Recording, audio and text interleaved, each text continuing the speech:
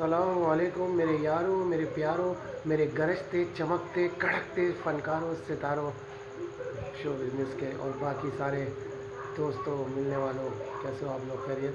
कुछ ख़ास बातें मुझे बतानी थी, तो मैंने कहा आज मैं आपको थोड़ी सी बताऊं कुछ ख़ास बातें।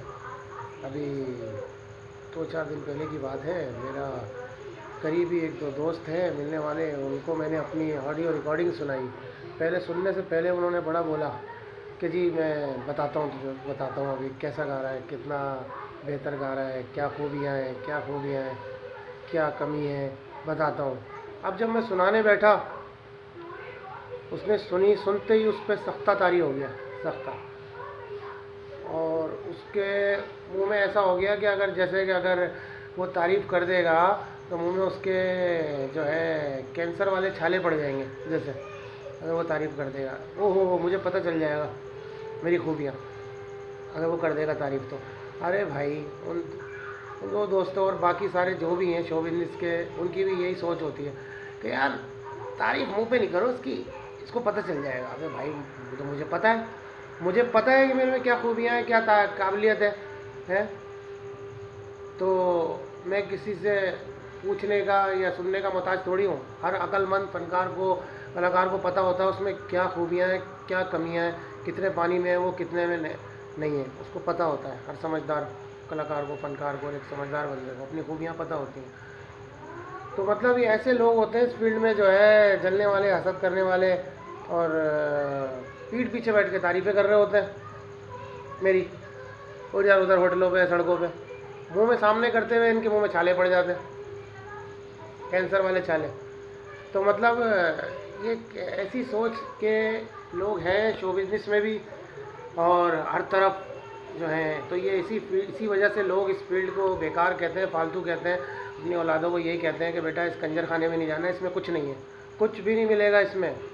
जो तुम पढ़ो लिखोगे, नौकरी करोगे, कारोबार करोगे, उससे कुछ कमा के लाओगे तुम, लेकिन इसमें कुछ नहीं मिलेगा। वो सही कहते थे पहले के लोग, क्योंकि इसमें हैं सारे के सारे ऐसे ही लोग, जलने वाले, हसद करने वाले, और तारीफ़ करते हुए जो है उनके मुंह में वो हो जाती है बवासीर।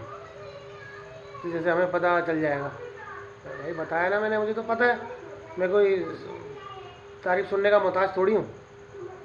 तो ये बात है।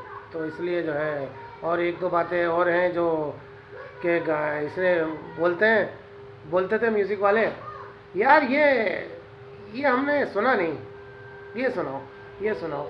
ये भी बोलते हैं अक्सर बेवकूफ़ लोग कि ये हमने सुना नहीं, ये वाला सुनाओ। अबे भाई, नहीं सुना तो ये अब सुनो ना, अब मुझसे सुनो ना। ज़रूरी है कि टेप रिकॉर्डर में सुन के आओगे तो फिर उसके बाद मुझसे सुनोगे तो मानोगे? अगर टेप रिकॉर्डर में नहीं सुन के आओगे तो मतलब मेरा गाया हुआ है, किसी का भी गाया हुआ बेकार हो जाएगा क्या? नहीं ना। तो मैं खुद टेप रिकॉर्डर हूँ, मैं आपको सुना रहा हूँ तो समझ लो मैं टेप रिकॉर्डर हूँ। फिर आप मुझे सुनो, मेरे सुर देखो, मेरी ताल देखो, मेरी आवाज़ देखो, तो वो खुद आप अगर समझे आप में, तो आप खुद बता दोगे हाँ यार बिल्कुल वैसे ही गा रहा है जैसे टेप में हम सुनते हैं। तो ये भी एक बेवकूफ़ी वाली बात करते हैं लोग। और दूसरी बात ये है कि मेरा भाई अब काम वाम जो है नहीं है शो बिज़नेस का, और सब जो है ख़त्म हो गया है, तकरीबन ख़त्म पे ही है। गिनती के इक्का दुक्का शोज़ चल रहे हैं, सिर्फ अमीरों के बस। मिडिल क्लास लोगों ने तो ख़त्म कर ही दिए हैं, महंगाई की वजह से अफोर्ड ही नहीं कर पा रहे हो। तो अब ये है कि मौतों में इजाफा हो रहा है, मौत आ रही है लोगों को, और जल्द से जल्द जो है लोग जल्दी जल्दी जो है मर रहे हैं लोग। और शो बिज़नेस वालों में भी बहुत ज़्यादा जो है मौतें हो रही हैं, काफ़ी अर्से से मैं देख रहा हूँ। और फिर भी जो है वो शो बिज़नेस वाले और जो है बाकी वो सुधर नहीं रहे हैं, और कुछ मौत की तैयारी नहीं कर रहे हैं कि भाई ईमान के साथ मौत के आए, तो ये नहीं सोच रहे हैं। यहाँ तक कि एक बुज़ुर्ग हैं 65 साल के, अभी कुछ महीनों पहले की बात है, उनको मैंने बताया कि मुझे इतना टाइम हो गया, इतना काफ़ी टाइम हो गया मुझे नमाज़ पढ़ते हुए 5 टाइम की। तो उन्होंने मुझसे ये बोला, पैंट शर्ट पहनते हैं क्लीन शेव में 65 साल की उम्र में, और अकेडमियों में गाते हैं, अकेडमियों में गाना गाते हैं।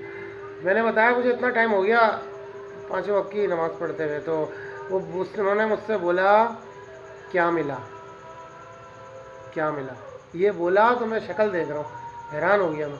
अभी मैंने कही तो बिल्कुल ही टोटली गाने के चक्कर में, फालतू चक्करों में पड़ के टोटली काफिर हो गए। तो मतलब ये हाल औरों का भी है, शो बिजनेस वालों का। तो ये बात मैंने एक दो दोस्तों को भी बताई, वो भी हैरान हो गए।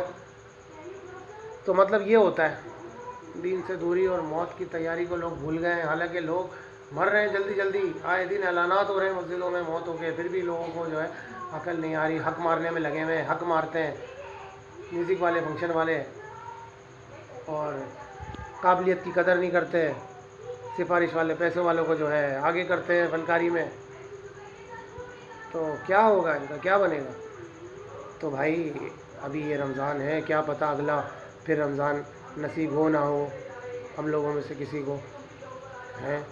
क्योंकि पिछले रमज़ान में जो लोग थे अब वो नहीं है। इस रमज़ान में कई ऐसे हमारे मिलने वाले, आप लोगों के भी ऐसे होंगे लोग जो पिछले रमज़ान में थे अब नहीं है। देखो जाके कब्रिस्तानों में कितने भरे हुए। ये भी हमारी तरह जीते थे, रहते थे, खाते पीते थे, दुनियादारी करते थे, बातें करते थे, घूमते फिरते थे, सब कुछ करते थे।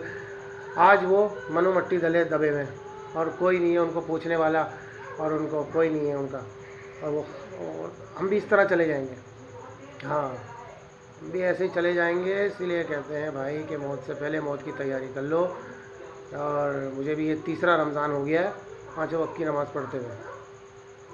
हाँ, तो आप लोग भी जो है अकल के कुछ नाखुन लो और सीधी राह पे आ जाओ और अपनी बख्शिश की, अपनी कब्र रोशन करने की फ़िक्र करो। वक्त गोली की तरह जा रहा है, पता नहीं चल रहा कि वक्त कैसे तेज़ी से जा रहा है, पता भी नहीं चलेगा। यूं फटाफट बुढ़े हो जाएंगे हम, जिस तेज़ी से वक्त गुजर रहा है। ये भी क़यामत की निशानी है,